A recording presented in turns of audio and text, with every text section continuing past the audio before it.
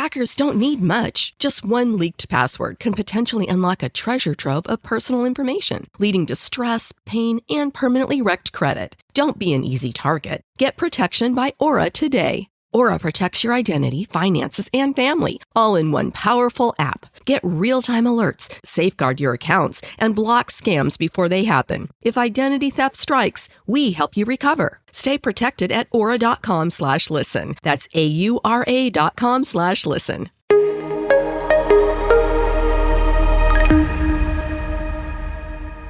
Hello, and welcome to today's Intel Brief.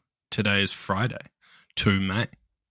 I'm your host, Daniel, and today we'll be talking about Trump has cut the funding to US public broadcasters NPR and PBS. China says it wants sincerity in trade talks with the US. And Nigerian state leaders demand action against Islamist attacks. So firstly, the White House said on Thursday that US President Donald Trump has signed an executive order seeking to cut funding to the public news outlets NPR and PBS. Both outlets have previously said that Trump's effort to cut such funding would have a devastating impact on US citizens who rely on them for reliable local and national news, including during emergency situations. The order tells the Corporation for Public Broadcasting, which distributes funding to the stations, to cease direct funding them. Though in a White House statement on the order, labeled the news outlets as partisan and biased. A statement from the White House said that in order to end all direct funding plus indirect payments from other public media organizations. So what?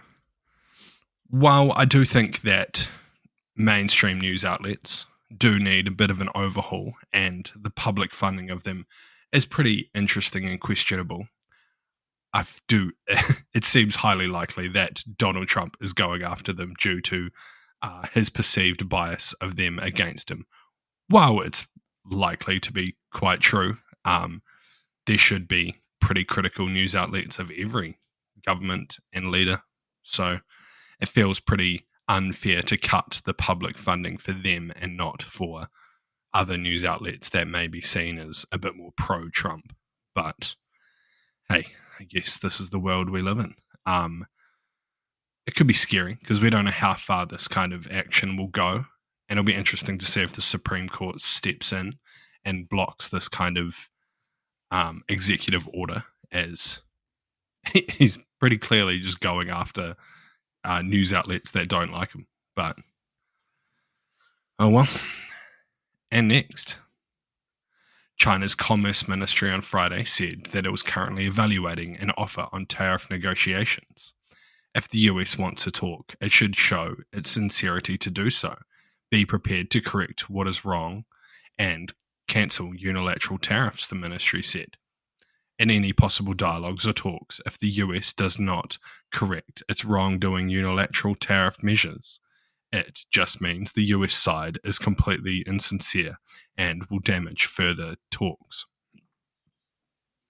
They also added, the US had levied a high tariff reaching up to 145% on many Chinese products by April, and Beijing had responded with retaliatory tariffs of 125% on all US imports. US President Donald Trump had previously said that Beijing had reached out to the US about the tariffs and said this week that there was a very good chance that they're going to make a very good deal. Washington had given a temporary reprieve to tariffs on high-end tech goods such as smartphones and semiconductors. Trump's aggressive tariff policies on all other countries has left China and the EU looking for other trade partners. Beijing has been one of the strongest voices in its response to the tariffs levied by the Trump administration this week. This week, the Foreign Ministry posted a video on social media vowing to never kneel down. However, the tariffs have affected global markets, with China's factory activity slowing down in April, but China's exports rose by more than 12% in March, with business trying to get ahead of the volatility as Trump's 90-day deadline loomed. Stop. So what? I'm certainly not an expert when it comes to trade and economics, so take this with a grain of salt. But it does seem like China has the upper hand, with most them selling more to the US than the US sells to China. Also, lots of the things that the US buys from China, like just realistically, cannot be manufactured quickly in the US.